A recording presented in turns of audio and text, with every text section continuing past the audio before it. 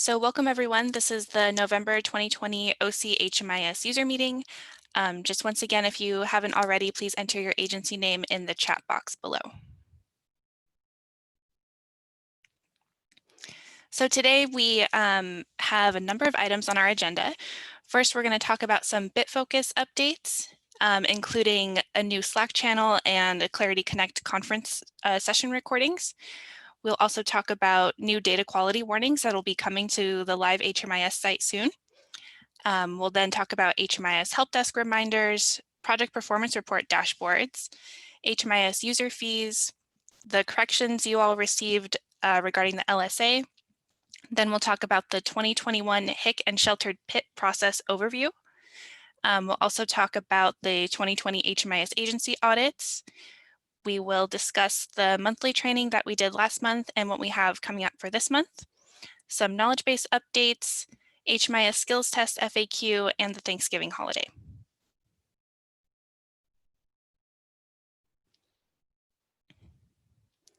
All right, first up, we have some new resources from Bitfocus. You may have seen an email that went out about the Bitfocus Slack community. We'll be sending a link to that information from Bitfocus. So Slack is an instant messaging service that you can use for your agency, organization, really any kind of group. And Bitfocus has created a new Slack channel so that Clarity users can connect with each other to discuss best practices, system usage, reporting, and things like that. 211OC HMIS staff do not monitor the Bitfocus Slack channel, and we don't have any control over it either. The Bitfocus Slack channel should not be used as an alternative to the OC HMIS help desk.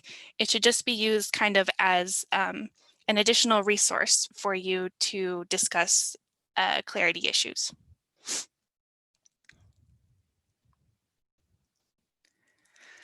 And next, we wanted to let you all know that 2 weeks ago, Bitfocus held their annual Clarity Connect conference online, and most of the sessions have been recorded. Clarity Connect sessions include interesting discussions about HMIS functionality, reporting, and system planning. If you're interested in viewing the recorded sessions, you can check out the link that will be provided in today's meeting materials.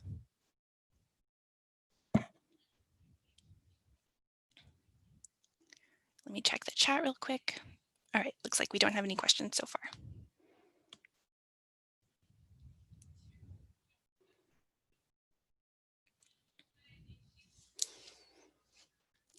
So this is pretty exciting news. Bitfocus has added a functionality for system administrators, which for our community is 211OC's HMIS staff, to create warning messages that appear in the live HMIS site on screens like the enrollment screen, status update and annual assessment, and exit screens. These warnings can notify HMIS users in real time when they've created a data quality error. So far, we've added a warning that notifies users when a client has a disabling condition that allows them to answer the disabling condition field with yes. So I'm going to show you that now.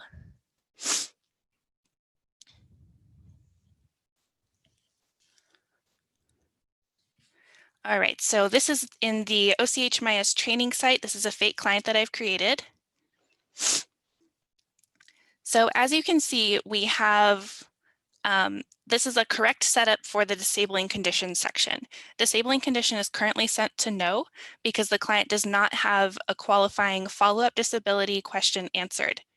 But if I change the long-term question for physical disability to yes while disabling condition is still at no, I'll see a warning saying that if this is really true, disabling condition should be set to yes.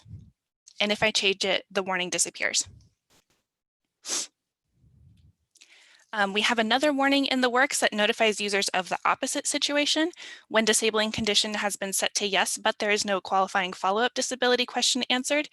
But we haven't pushed this out to the live site because when the error is fixed on the screen, it doesn't go away. So I'll show you what that looks like.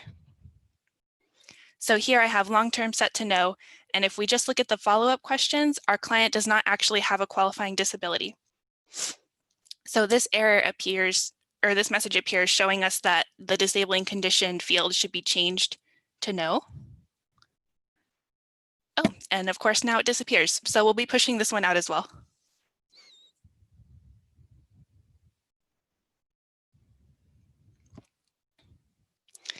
Right, let me check the chat.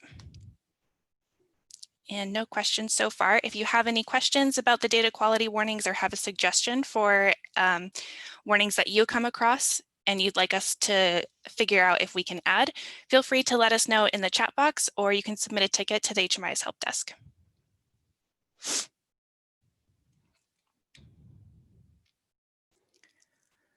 All right, next up we have just a few HMIS help desk reminders that will help make the HMIS help desk experience run smoother for everyone. So first, we ask that you do not contact individual HMIS staff with your HMIS question or concern. When you submit a ticket to the HMIS help desk, you have a much higher chance of your question being answered quickly, because invariably the staff member you've chosen to contact individually will be out of the office, on the phone, or otherwise unavailable to answer your question right then. When you contact the HMIS help desk by creating a ticket or calling the help desk phone number, that also creates a record of your request, which is very helpful for us in training new staff and making sure that all of our staff members are aware of any issues or requests that you bring up.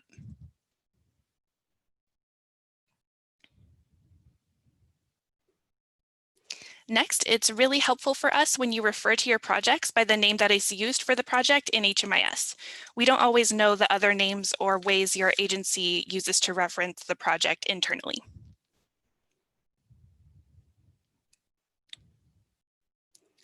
Finally, when you're contacting us about a report, it's very helpful if you include the exact name of the report you've run and the parameters you use to run it. This is helpful for us because we can immediately run the report exactly as you did and be able to see the issue that you're talking about without having to contact you first. And just in general, there's rarely such a thing as too much information given when you're contacting the HMIS help desk. All right, not seeing any questions yet. So next up, we have the project performance dashboards.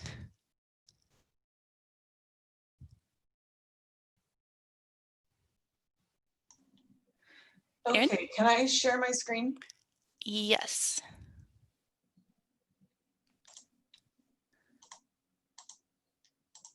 Okay, you should be able to. Allow me to do that. Yeah, you are now. Okay, so you should see the same slide for the project performance dashboards. Okay, so we have released the project performance report dashboards in HMIS. There are both project level and client level reports for you, and you can run these whenever you would like. To access the reports, they are available under the data analysis tab in the report inventory library, and you can review the running a saved look knowledge base article for instructions on how to navigate there. I'm going to be doing a little bit of jumping around, so bear with me. So this is the data analysis screen, and all of the reports are available under Orange County system reports. You can see them all here. And then you can see the reports are broken up by project type. So these are the 6 project types that we are currently doing performance reports for. So you will select the report you want to run, and then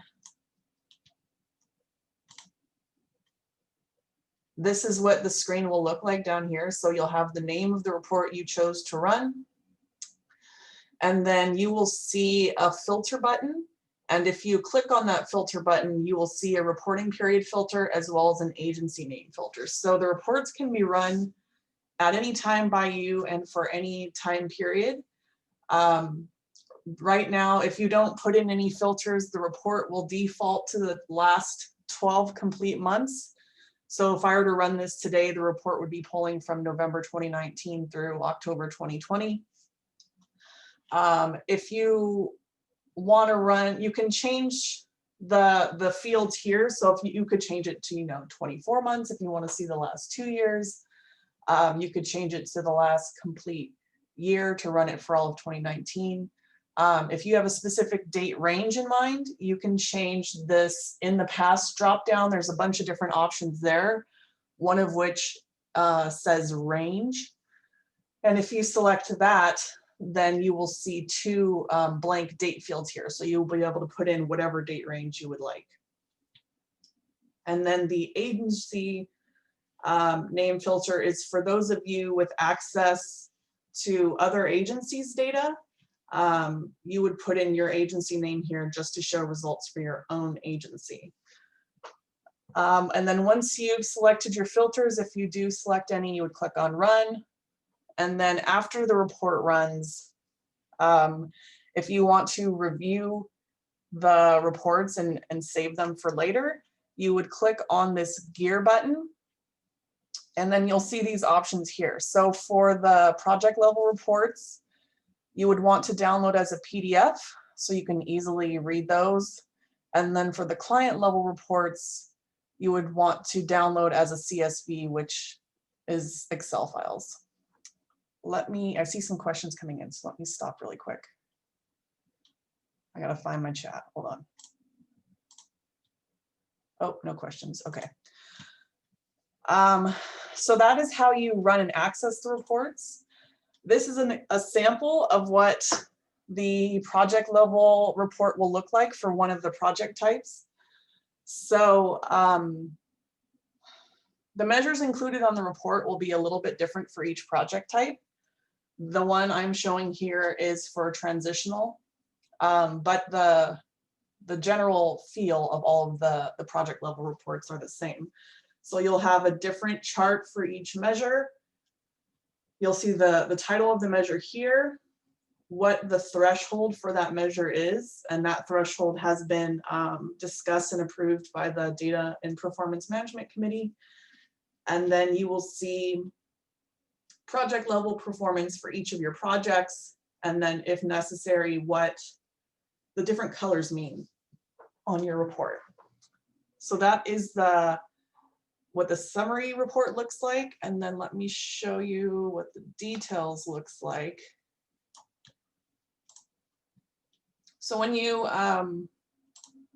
export to CSV,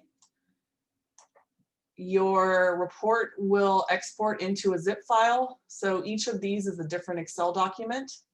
You will want to go through each one in order to review your client data for each measure. So let me show you for goal 1. So this is a sample of what the data will look like. Obviously, you will have client names in here as well as project names. And then each client here represents, or each row here represents a client enrollment. And in every Excel spreadsheet, the last column will include the field that is actually being used in the measure.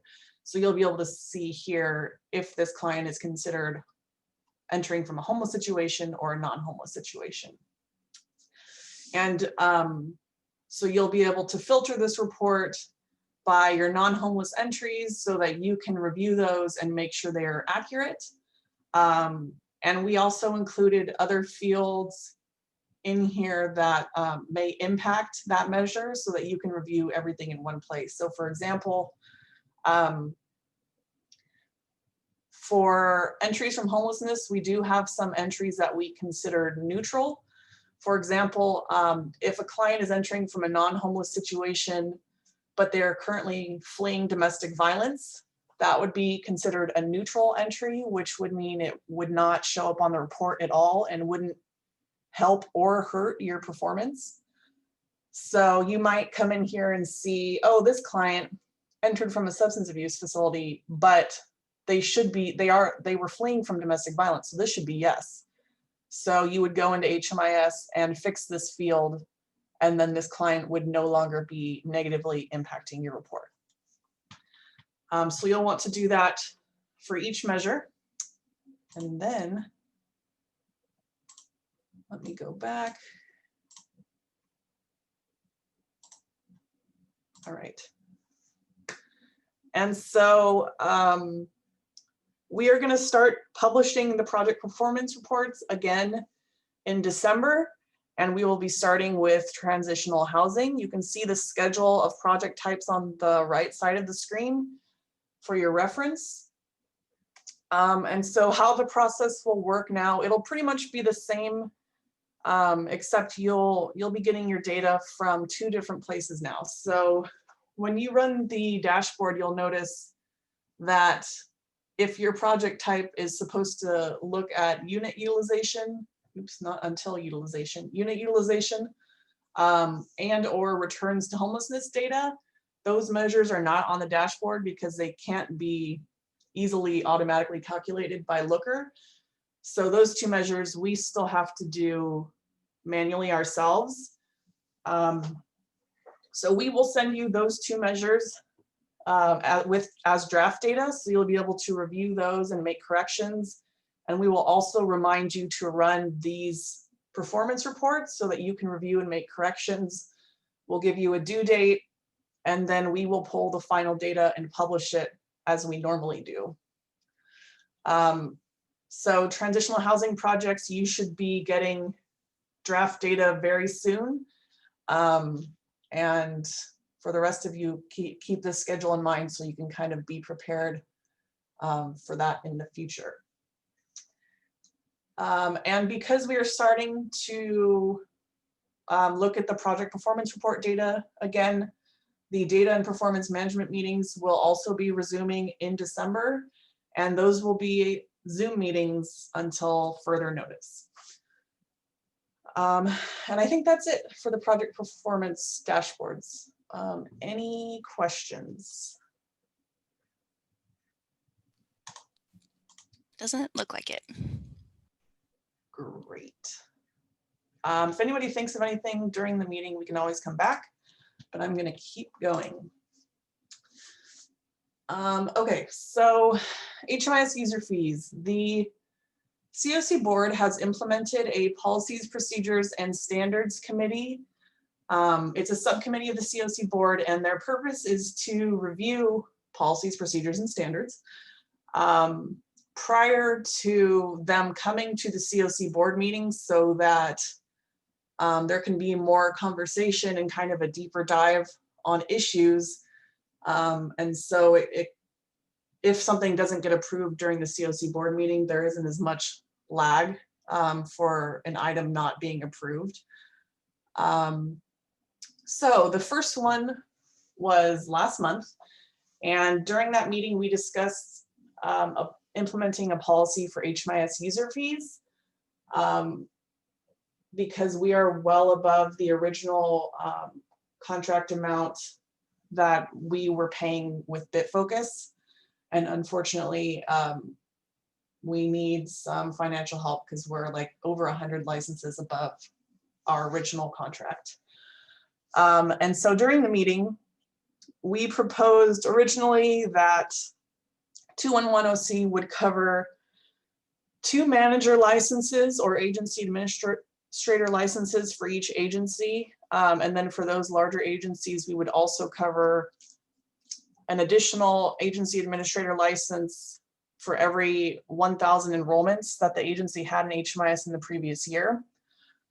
And then on top of that, we would also cover the proportion of user licenses that matches the enrollments entered by the agency in the previous year. And then after that meeting, we sent each agency the slides from that meeting for review, and then we also sent each agency what their agency costs would look like if that policy were to be implemented. And we are currently collecting feedback on that policy through the end of the day today. So if you have not provided feedback and that's something that you're interested in, please check your email and send any feedback by today. And then the user fees will be discussed again at the next Policies, Procedures, and Standards Committee, which is scheduled for next Tuesday at 3:30. So we will be talking about this again. And based on the feedback that we received from the agencies, we may be presenting an alternate policy to allow the group to kind of discuss 2 different policies. So you may want to attend that meeting so that your voice can be heard regarding the HMIS user fees, or you may want to share this information with your executive director so that they can attend, since this may have a financial impact on your agency. And then as of now, the expectation is that whatever the policy is that the group decides on at Tuesday's meeting will be sent to the COC board meeting in November. And if that is approved, we're planning to implement that policy in January 2021. So the big takeaway is go to the meeting this coming Tuesday if you can, and you have feedback on the HMIS user license fees. Are there any questions? Will invites be sent out for the meeting?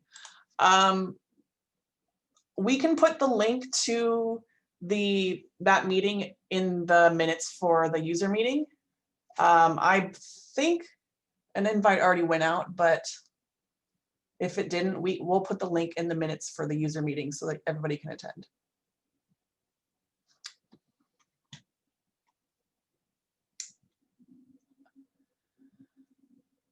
All right, I'm not seeing any other questions, so I'm going to stop sharing.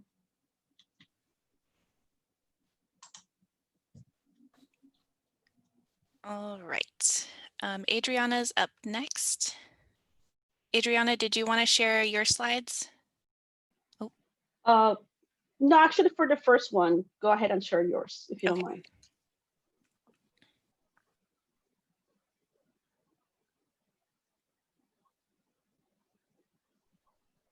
All right, go ahead, Adriana. Perfect, thank you. Good morning, everybody. As you know, we sent out a quality corrections a couple of weeks ago in preparation for the LSA and the report cards. We shared that a quality correction spreadsheet through Dropbox, and all agency admins should have received instructions on how to access that file. The deadline for completing these corrections is on Friday, November 13th at the end of the day. So pretty soon. If you have any questions about that, please continue entering tickets. Also, during November, we're going to work with HUD on our LSA submission. And depending on the feedback that we get from them, we might reach out to you again for another round of corrections. So if this happens, we would really appreciate if you work on these corrections as soon as possible to facilitate the submission process. So it can be a back and forth process, so please be in the lookout for that communication. And just finally, I just want to thank you all for reaching out to us with all your questions about corrections. As I have said many times before, we really appreciate it, and I encourage you to continue entering tickets if need be. Any questions about corrections?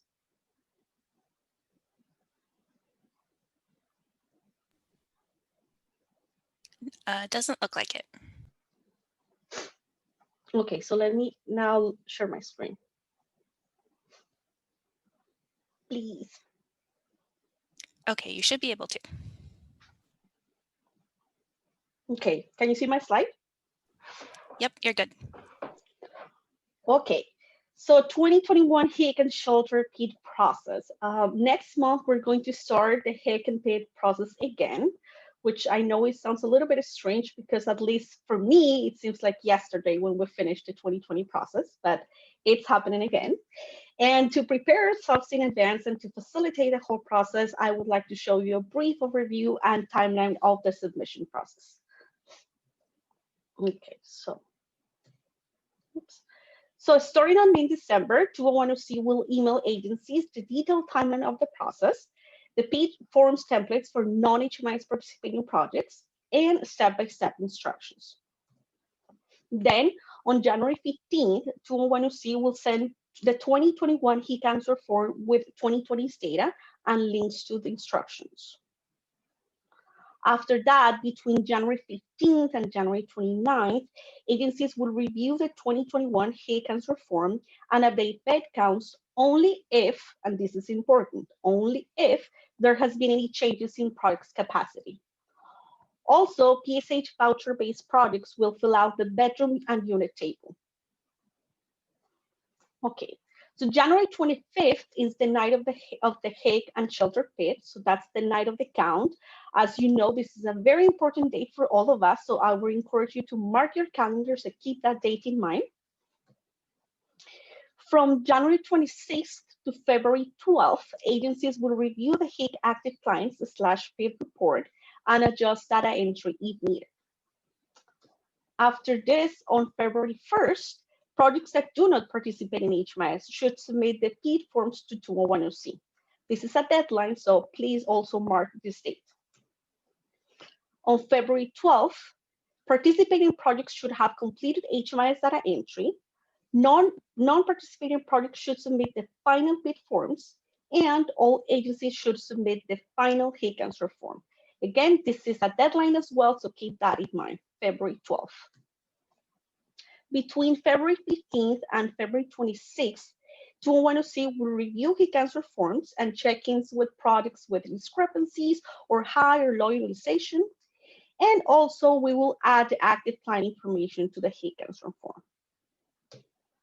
And finally, on March 1st, 201OC will send the completed Hague answer form to all agencies with active client information and the PID data as well to all agencies. And that is briefly like the timeline of our process. As I said, next month, we're going to send more detailed instructions so we all have very clear who has to do what and by when. Okay, any questions about this? Not yet, but I'm sure there will be soon. And we know that this is a different process than we've done in years past. So we encourage you to, let us know if you have any questions as soon as humanly possible. And we will keep you super informed along the way. You will probably get sick of our communication during this process. Perfect. Thank you. Thank you very much.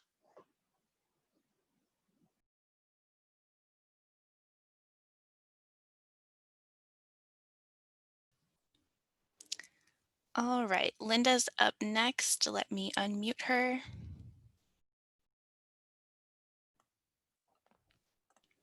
Linda, would you like to share your screen or do you want me to put up the slides? You can go ahead and put it up on your end. Okay.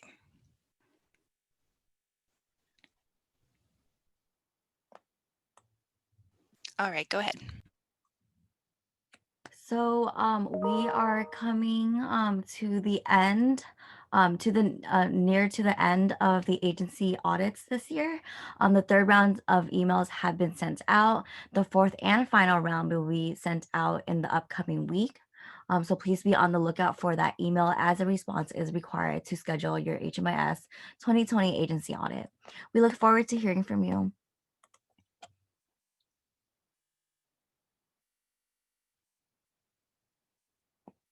So I want to thank you for participating in our HMIS Part 2 training webinar that was held on last Thursday, October 29th. All the materials have been posted onto the OCHMIS website, which I have linked here on the slide for you to access if you need to review the training or any of the prior monthly training webinars. We also have a quick survey for those of you who attended the meeting. We also hope that these trainings have been helpful.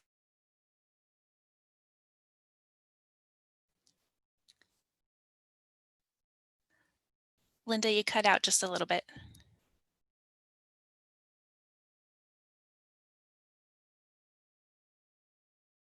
This training will take place on November 19th.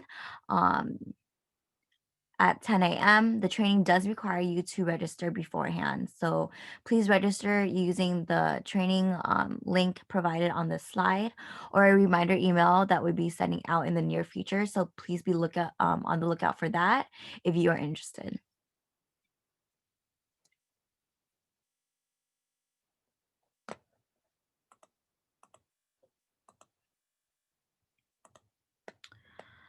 So there are a few knowledge base article updates that we wanted to bring to your attention.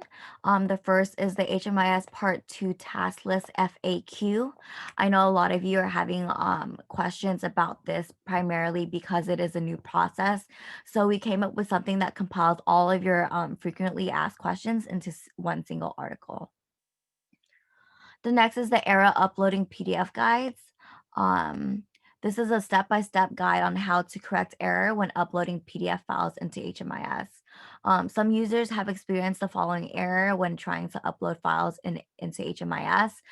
This issue is being caused by an incompatibility in the format of the PDF file that you are trying to upload. In case you get this error, you can change the format of the PDF by following the instructions in this article. And last but not least, we have a couple of Dropbox articles with step-by-step guide on how to create, access, and use Dropbox to submit agency documentations and corrections. These articles that I mentioned will be linked in the meeting minutes. And if you have any questions, please check out our OC HMIS knowledge base.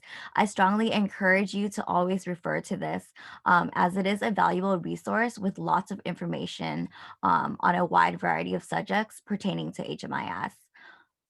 And also step-by-step instructions on how to complete anything from how to properly do an intake to running an HMIS report.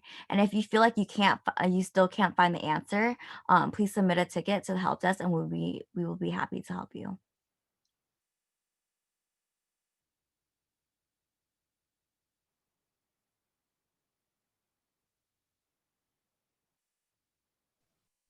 All right, thanks, Linda. And next up, we have Diana, who's going to go over some of the frequently asked questions about the HMIS skills test.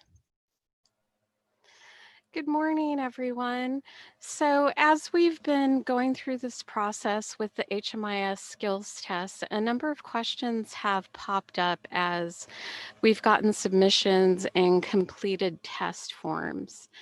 One of the first questions we need to cover is, do you need to take the HMIS skills test? Yes, if your account was created before April 1st, 2020, you will need to take the HMIS skills test.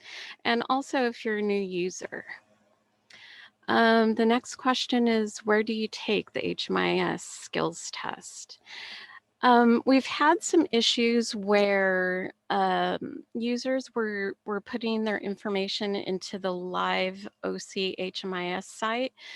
We do not want you to do that. We want you to use the OC training site to complete your skills test. So make sure that you're on the training site. The next question is, how do I access the HMIS training site? Your agency should have a shared user account, and you would use that shared user account to log in. This is something that everyone could use in your agency. There is no personal login information for the training site. Please use your agency's shared training account. Next slide, please. Another question that has come up is agency administrators don't know their account information. If you don't know your account information or your account is inactive where you've tried to log in and you're getting an error, please submit a ticket to the HMIS help desk and we'll get that login information squared away for you so you can log in into the account. The next question is, do I have to complete the HMIS skills tests in one session once I begin? The answer is no. You can do the skills test over several hours or even several days, as long as you sort of keep track of where that information is in the skills test, and you can complete it at your leisure. And then the final question is, what do you do if you don't receive 100% on the test? I don't believe anyone to date has gotten 100% on all of the different test elements. So this is completely okay. You can go ahead and look at the links that are provided on the form to sort of go over that information and make sure that the concepts are clear in your mind. Also, your agency administrator should be checking data quality overall to make sure that you aren't introducing errors or things are not lining up correctly. So that's something that the agency administrator should be doing on a regular basis. And we encourage you to review the OC HMIS knowledge base for the articles that were highlighted in your test forum. And also, just as a quick reminder, the skills test is due on November 20th. So if you haven't completed it as yet, we encourage you to get your tests done early so that we have enough time to grade it properly and get that feedback to you. Okay, next slide, Casey, please. Yeah, thanks, Diana. And everyone who needs to complete the skills test by November 20th is for the 2020 HMIS user recertification. So it would be the users who are on the list that agency administrators received in October. Yep, that's correct. I'm sorry, I forgot to include that. You're fine. So, and as a quick reminder, the HMIS help desk will be closed on Thursday, November 26th and 27th for the Thanksgiving holiday weekend. Any tickets submitted during that time period will be addressed on the following Monday.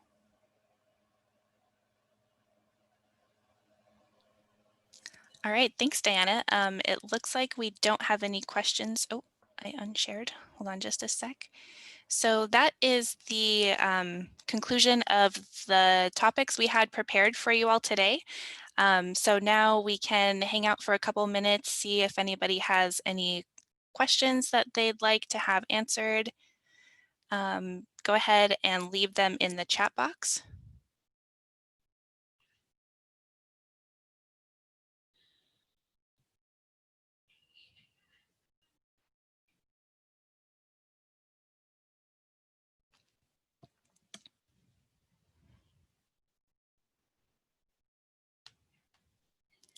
This feels like a record quiet meeting in terms of questions.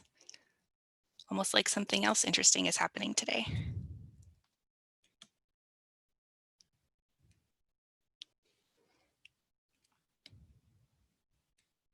Thank you, Stephanie and Sylvia. All right, Stephanie asked, has the meeting link gone out for the policies and procedures meeting on the 10th? I believe Erin said that it has, but we'll also be including a link to the meeting in the wrap-up email that we'll send about today's HMIS user meeting so that you'll have the link.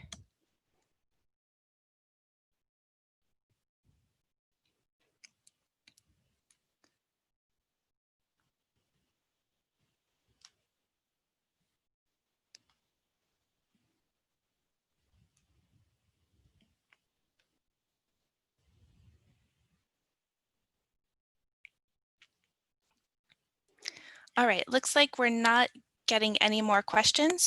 If you do have a question that wasn't answered today, of course, please feel free to contact the HMIS help desk either by phone or submitting a ticket, and we'll see you all next month. Thanks, everyone.